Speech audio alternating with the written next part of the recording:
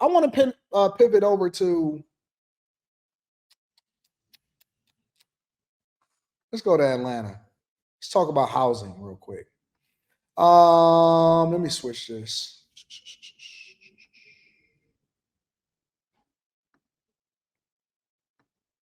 They did a thing on Stealthy Wealthy.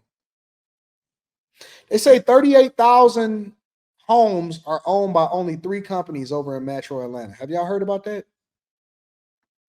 Here, let me do this. Let's talk about homes. Make sure y'all hit a like for the algorithm, subscribe to the channel with 10 of your notifications, and let's get to it. He found that just 3 corporations own nearly 38,000 homes in Metro Atlanta. Channel 2's Michael Dowdna is in Henry County, and he found that in some counties, corporations are buying up more than half of entire neighborhoods.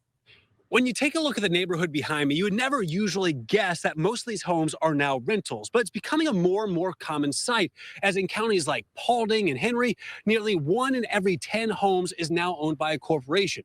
It's a change that some neighbors say they've seen firsthand.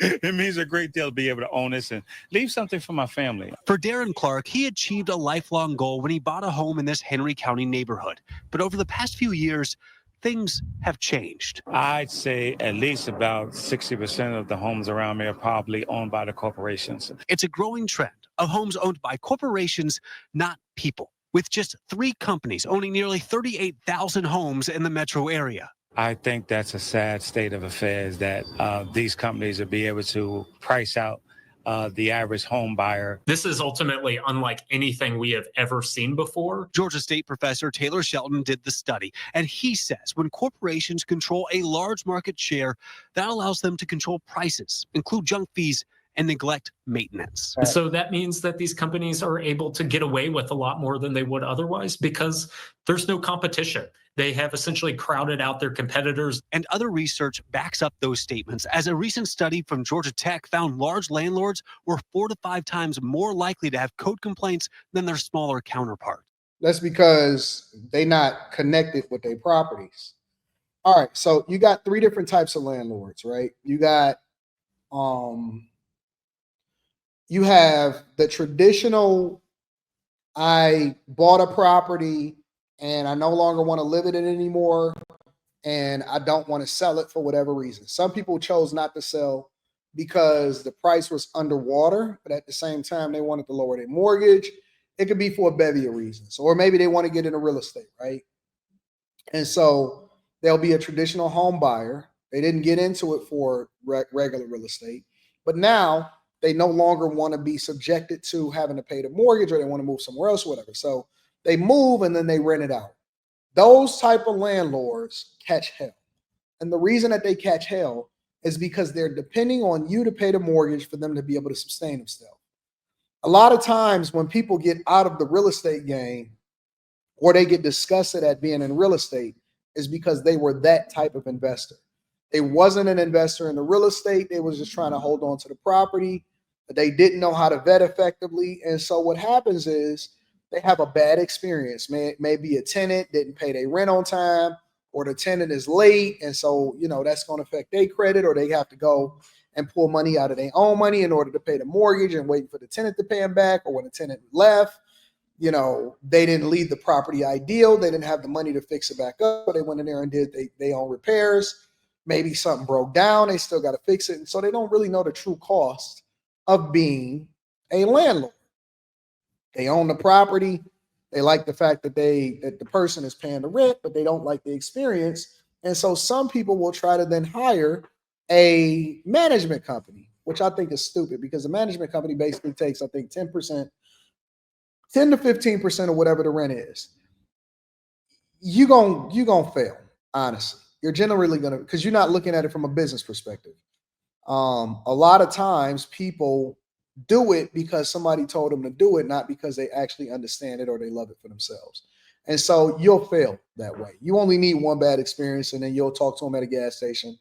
I know a guy that owns a gas station. He said, "Anton, I can't do it, man. I don't know how you do it." And I said, "What happened?" "Man, my tenant moved out after not paying rent for 2 months, and they left the property mess up. Then I had to spend another $10,000 in order to bring it back up to speed, and then I don't know how to vet." It's because they don't understand the game.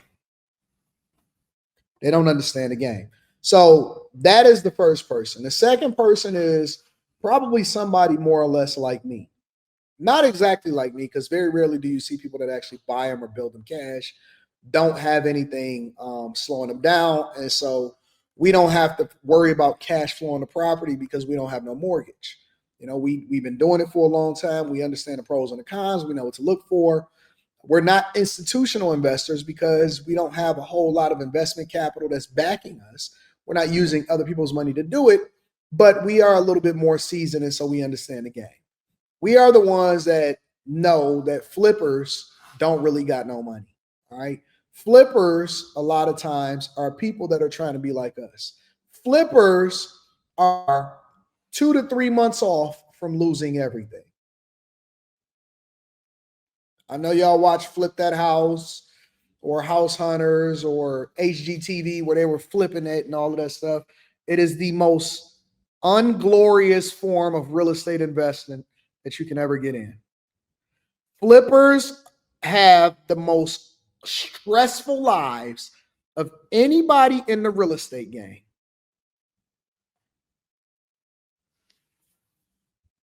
They have the most stressful lives of anybody in the real estate game because a lot of times they have to raise capital. When they tell you not to use your own money, cool. You one step away from losing your shirt. One step away from losing your shirt. I did see that. I seen it, Jude. I'm going to do a review video.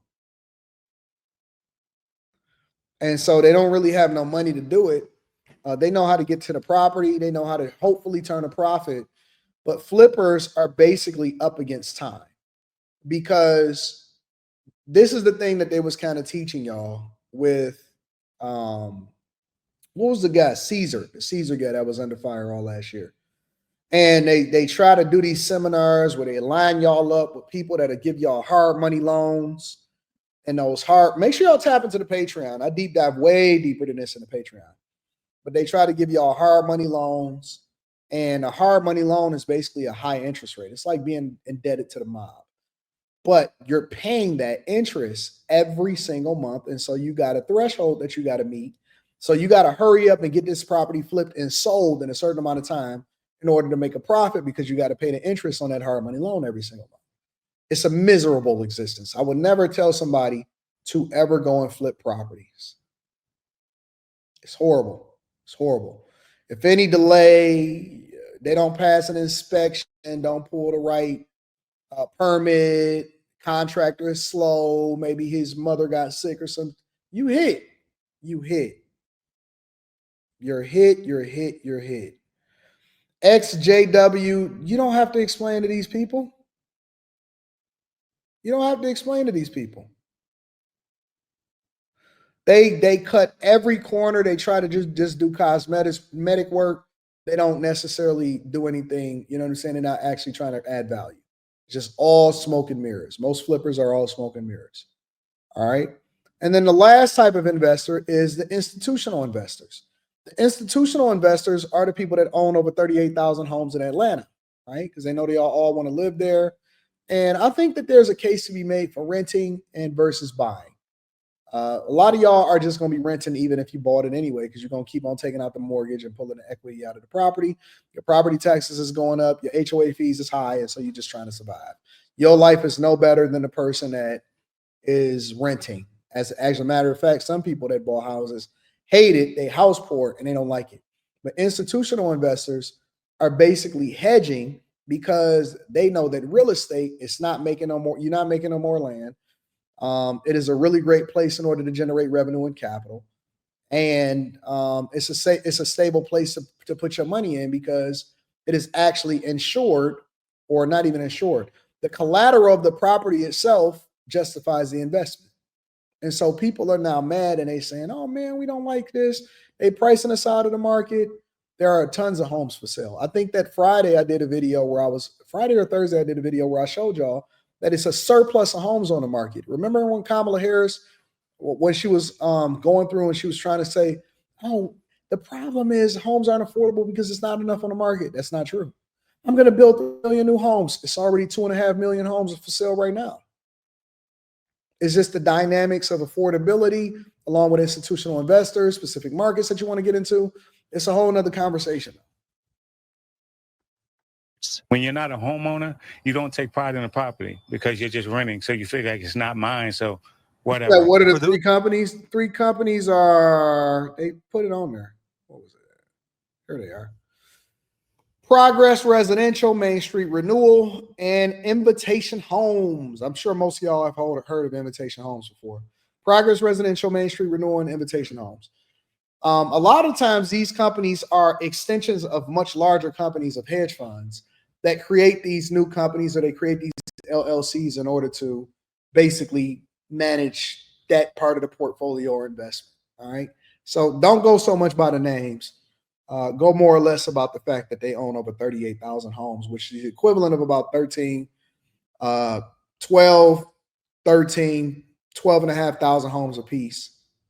In the metro area. I think that's a sad state of affairs that these companies will be able to price out the average home buyer. This is ultimately unlike anything we have ever seen before. Georgia State professor Taylor Shelton did the study, and he says when corporations control a large market share, that allows them to control prices, include junk fees, and neglect maintenance. So that means that these companies are able to get away with a lot more than they would otherwise because there's no competition. They have essentially crowded out their competitors. And other research backs up those statements, as a recent study from Georgia Tech found large landlords were 4 to 5 times more likely to have code complaints than their smaller. When y'all get mad at y'all regular landlords because, oh my God, I can't believe it, they won't let me have a rent moratorium and have an extension, then people are struggling a lot of times just like you. They trying to make it every single day.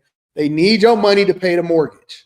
That's the point that I was making about this whole thing. When you see these small landlords, most of the time they own one property, 1 or 2 tops, and they be pulling their hair out. They be stressed as hell every single day. It is not passive. It is not passive. They got a $100 surplus hoping that you don't move out, because then they got to go a month without payment, and they got to return your security deposit, and they got to start paying a mortgage over and flip it over and then try to find a new tenant. They do not want you to leave. They don't want you to not pay.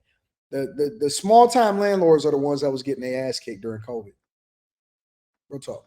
Counterparts. When you're not a homeowner, you don't take pride in the property because you're just renting. So you figure like it's not mine. So whatever. For those like Darren, they want to see changes that give people a leg up over corporations, so that more of his neighbors Never gonna happen. can go back to being homeowners instead of renters. It's going to be hard, a hard hill to climb to be able to dig out of, from underneath the corporations owning so many properties. They're just going to keep snatching them up. Now, Senator John Ossoff has launched an investigation into corporate landlords, but he has not given an estimated time when there may be legislation. Ain't gonna be no legislation from these senators. They chilling. They having a good time.